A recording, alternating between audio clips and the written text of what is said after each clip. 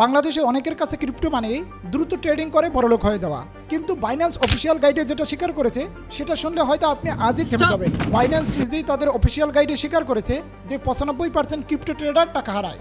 বিশ্ব কেন্দ্রীয় ব্যাংকগুলোর একটা প্রধান সংস্থা আছে বিআইএস নামে, এরা একটা রিপোর্ট পরিচালনা করেছিল যেখানে দেখা গেছে 73 থেকে 81% ক্রিপ্টো ট্রেডাররা তারা সম্পূর্ণরূপে লোকসানে আছে।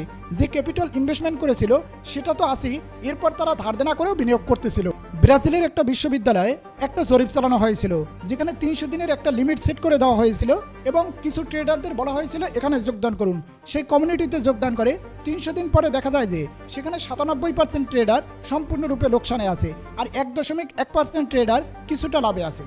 যেখানে বাইন্যান্সের অফিসিয়াল তথ্য মতে 95% ট্রেডার টাকা হারায়, বিশ্ব ব্যাংকের তথ্য মতে 81% ট্রেডার টাকা হারায়, ব্রাজিলের যে লাস্ট গবেষণা করা হয়েছিল সেটা 97% পর্যন্ত মানুষ টাকা হারায়। তাহলে আপনি বা আমি কিভাবে লাভের কথা চিন্তা করতে পারি?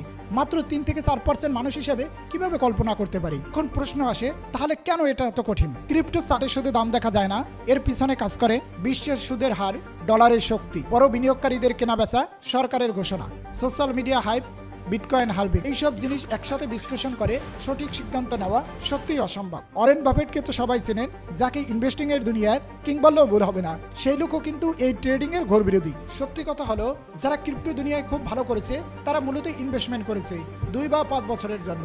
আর বাংলাদেশে যারা ক্রিপ্টোর সাথে জড়িত এরা মূলত আপনাকে শেখানোর মাধ্যমে ইনকাম করছে, ইউটিউবের রেভিনিউর মাধ্যমে ইনকাম করছে, আপনার থেকে রেফার নেওয়ার জন্য ইনকাম করছে। নাহলে যে একটা ট্রেড নিলেই $5000 ইনকাম করতে পারে সে কেন আপনাকে বলবে আমার ভিআইপি গ্রুপে আসেন? বাংলাদেশে এমন একজন ট্রেডারের নাম বলো যে বলবে ভাই আমার অ্যাকাউন্টের আন্ডারে আপনার অ্যাকাউন্ট খোলার দরকার নাই, কিন্তু আমি আপনাকে ফ্রি সিগন্যাল দিব। এমন একজন ট্রেডার খুঁজে পাবেন না। এতগুলো প্রমাণের পরেও আপনার ট্রেডিং নিয়ে কি চিন্তা ভাবনা অবশ্যই কমেন্ট বক্সে জানান।